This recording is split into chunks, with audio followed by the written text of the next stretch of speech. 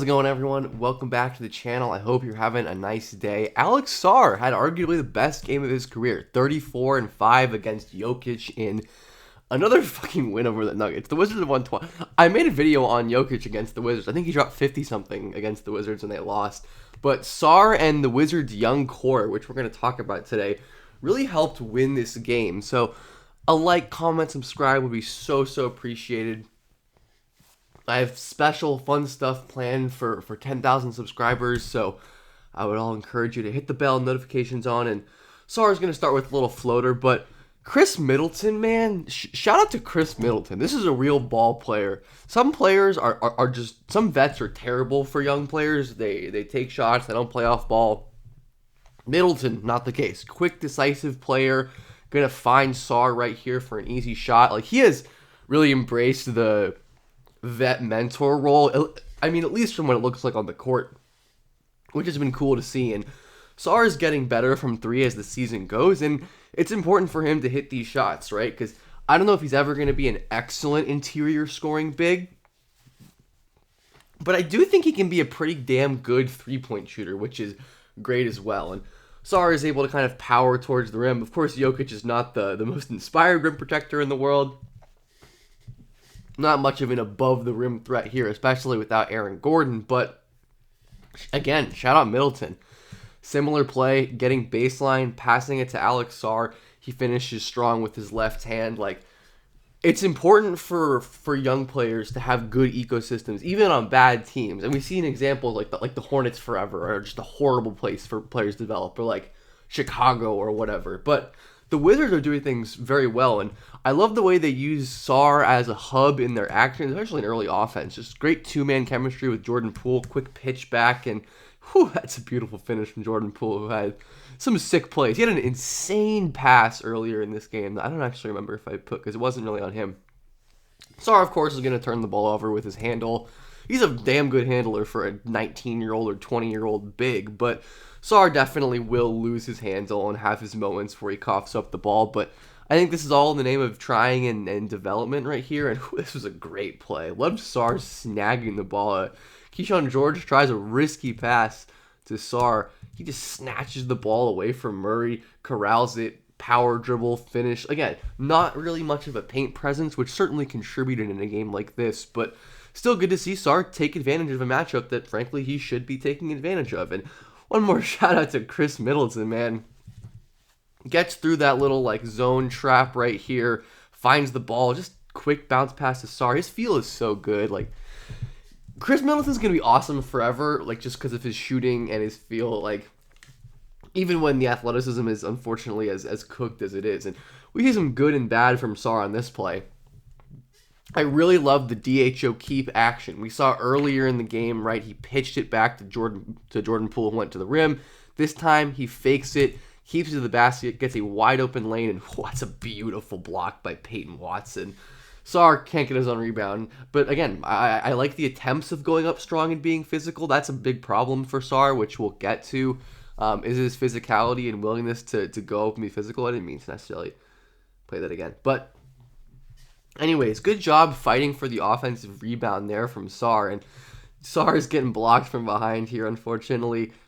Great pass from Bub Carrington, though. He's an awesome passer. Ooh, beautiful read to the corner right there. Champagne, just good, quick transition ball, but again, Sarr not like the most explosive guy vertically, and I do think that's going to contribute. And then plays like this, where I really just don't like Sarr relying so much on his touch, when this is a position where, like, I need you to take one more dribble, end up right here, and shoot or draw a foul. But Sarr just, like, ends up shooting the ball from all the way back here. It's not great, and part of it is physical limitations, right? Strength and power and stability and explosion and all that stuff, but I do think a pretty decent component of it is mindset and mental as well. But Sarr steps out for three here again in like a screening action right here, right? He's setting a pick for Kispert, cuts inside. Jokic isn't worried about Sarr, kind of hedging on Kispert a bit, but Sarr showing the willingness to hit shots, and especially in games where he's on, he can be a real threat from three. And I do think that's going to be something he can rely on long-term in his game.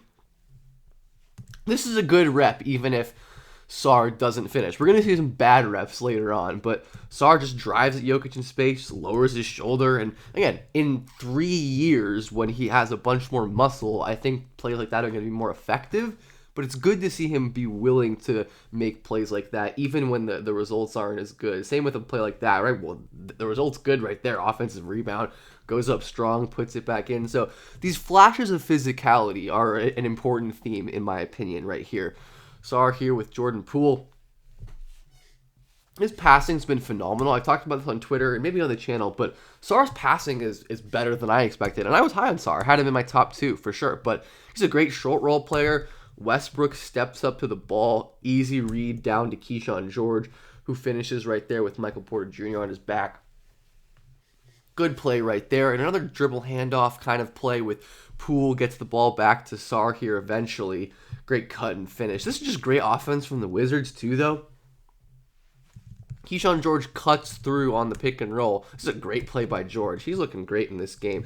Quick off-ball movement, bounce to Sarr. But again, just want to shout out the whole kind of Wizards young core for being really impressive and just playing good offense and playing good ball overall. But Sarr here going to catch the ball, isn't able to get anything. And another example of just, I don't like these fading hooks, especially when there's good options on the pass outs, as well as, the option of going up and being physical, which I get. It's Jokic. He's obviously much bigger and stronger, but still would like Sarr to kind of not rely as much on the fadeaways and the hooks, because he can make those, but I don't think he has the level of touch to where relying on those is going to be like an efficient mode of offense. Maybe it will be.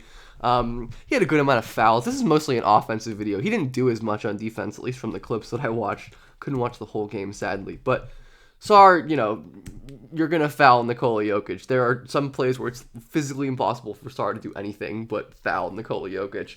That's the case for most players against Jokic, not just young players like Sarr. And another play where I don't love the decision-making, one, there's a pretty easy dump-off pass right here to Champagny if you can move MPJ just a little bit, which he does, right? He moves MPJ. Russ even sinks a little bit, but there's 2 passing options here. But I do think it's fine to just go up strong and through Michael Porter Jr., but again, Sarr settles for a difficult hook shot. So those are the kind of plays I just wonder and hope that Sarr can cut out. And beautiful block right there. I believe very strongly in Sarr's defense. I feel like Sarr's defense is more known about than his offense, so I did want to focus more on the offense. And then down the stretch, Sarr, Wizards down 3, clutch corner 3-pointer right there. Good to see him hitting the shot. And then love to see him having the confidence to initiate and drive late in the game. Doesn't end up finishing, and this is another example of like the contact aversion stuff that I talk about, like fading back and away from contact instead of towards the basket, just making his life a little bit more difficult, especially against Jokic, who's an exploitable defender on the move. But I do love that the Wizards are like running plays for him. Like they're getting Jordan Poole to ghost for him to create a little bit of space with the brush screen. A little confusion there for Sarr to get downhill. Like Brian Keefe runs a good team down there. I'm a fan of it despite the Wizards' record. And they've been better recently as well. And I think Sarr is at the center of this. Still probably to me their highest ceiling prospect. Probably close with Ball. But I think I'd probably take Sarr. Defensively, obviously, has shown some incredible flashes, but nights like this really make you think of a guy who is this plus shooter who can really pass and dribble at a high level, and if you can really add muscle, get stronger, and my main swing for him will just be improving his physicality and approach in terms of contact and going forward on drives. But let me know what you think of Sarr, what you thought of this game, and I hope you're doing well, and I hope you're, just happy and living life as well as you can,